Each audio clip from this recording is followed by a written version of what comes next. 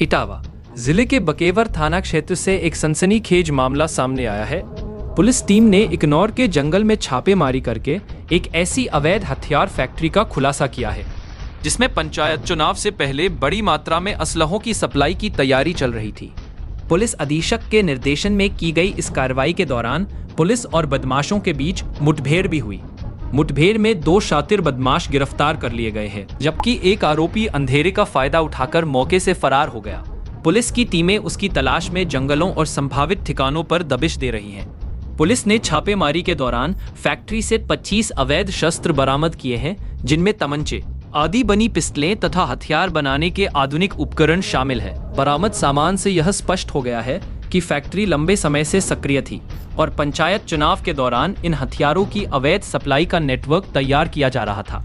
स्थानीय पुलिस अधिकारियों का कहना है कि पकड़े गए बदमाशों से पूछताछ में कई अहम जानकारियां मिली है, जिससे अन्य जिलों में फैले इस गिरोह के सदस्यों तक पहुंचने की कोशिश की जा रही है। वहीं फरार अभियुक्त की तलाश में पुलिस टीमें जंगल में लगातार सर्च ऑपरेशन चला रही है। इस कार्रवाई से पूरे इलाके में हड़कंप मच गया है और पुलिस अब चुनाव से पहले ऐसे अवैध हथियार कारोबारियों पर सख्त नजर रखे हुए है।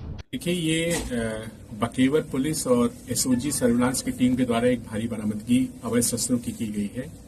इसकी पृष्ठभूमि ये है कि पुलिस मुख्यालय के स्तर पर और एडीजी जोन और डीआईजी रेंज साहब के निर्देशन में जो सर्दियों के मौसम में अपराध होते हैं, ऐसे जो नकबजन चोरों का सत्यापन हो रहा था।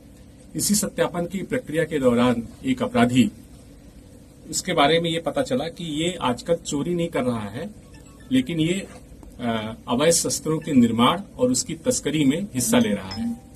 इस पर एक सटीक आपराधिक सूचना के आधार पर जब रेड किया गया तो इग्नौर का एक जंगल है बकेवर थाना क्षेत्र में, वहां इन लोगों से मुठभेड़ हुई और इनके कब्जे से कुल 25 निर्मित और अर्धनिर्मित अवैध शस्त्र बरामद किए गए। जो बरामदगी है वो 14 अवैध तमंचा 315 बोर का, 3 अवैध तमंचा 315 बोर का, 1 अवैध तमंचा 12 बोर का, 1 अवैध हथिया, 1 अवैध बंदूक 12 बोर की, 1 अवैध देसी रिवाल्वर 32 बोर की, 1 अवैध रिवाल्वर 32 बोर अर्धनिर्मित, और जो शस्त्र को बनाने में उपकरण प्रयोग में आते हैं वो भारी मात्रा में इनके पास से बरामद किया गया। मुठभेड़ के दौरान दोनों अपराधियों के पैर में गोली लगी है और वो घायल हुए। उनको प्राथमिक उपचार करा करके जेल भेजा जा रहा है। पूछताछ में इन्होंने क्या बताया कि किस उद्देश्य से ये बनाते थे और अभी तक कहां-कहां जिलों में सप्लाई इन्होंने की है?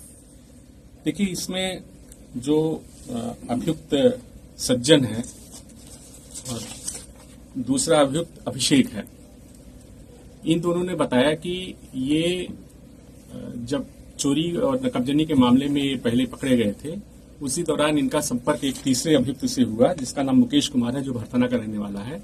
इन लोगों ने प्लान किया और इन्हें लगा कि अगर हम शस्त्रों की तस्करी करेंगे और अवैध शस्त्र बेचेंगे तो काफी कम लागत पे इनको भारी धनराशि बरामद मिल रही थी। उसी आधार पर इन लोगों ने इस प्लानिंग को किया और ये पूर्व में भी सज्जन का आपराधिक इतिहास रहा। इसे एसटीएफ ने भी कमिश्नरेट कानपुर से 2016 में गिरफ्तार करके जेल भेजा है।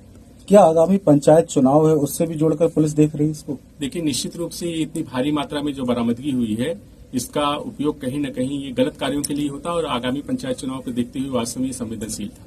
सर, ये लोग कब से शस्त्र निर्माण का काम कर रहे हैं, तो तस्करी कहाँ करते थे ये लोग? देखिए, अभी इन्होंने जो बताया है उसमें उसके आधार पर ये पिछले 3-4 महीनों से इस काम में लिप्त थे और इटावा के साथ साथ जो इसके अन्य जनपद हैं, औरैया, कन्नौज, यहाँ भी ये सप्लाई करते थे।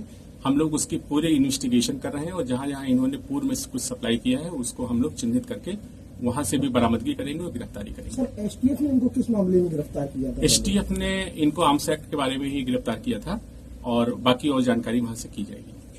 बड़ी कार्रवाई की गई है पुलिस और क्राइम ब्रांच के द्वारा, तो किस तरह का इनाम इन लोगों को दिया जाएगा? इनको मेरे स्तर से 25,000 रुपए का इनाम दिया जा रहा है और आगे भी इसी तरीके की कार्रवाई हमारे द्वारा की जा रही है। जो लोग पकड़े हुए हैं या जो फरार है, अभी उनके कितने ऐसे संभावित साथी हो सकते हैं जो इस अवैध कारोबार में संलिप्त माने जा सकते हैं?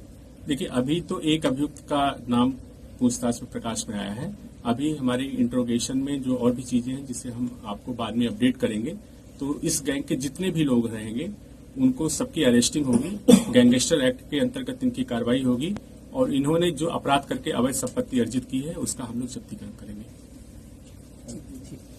लखनऊ की हर बड़ी हलचल, अपराध की सच्ची खबरें, द लखनऊ टाइम्स, सबसे तेज, सबसे सही।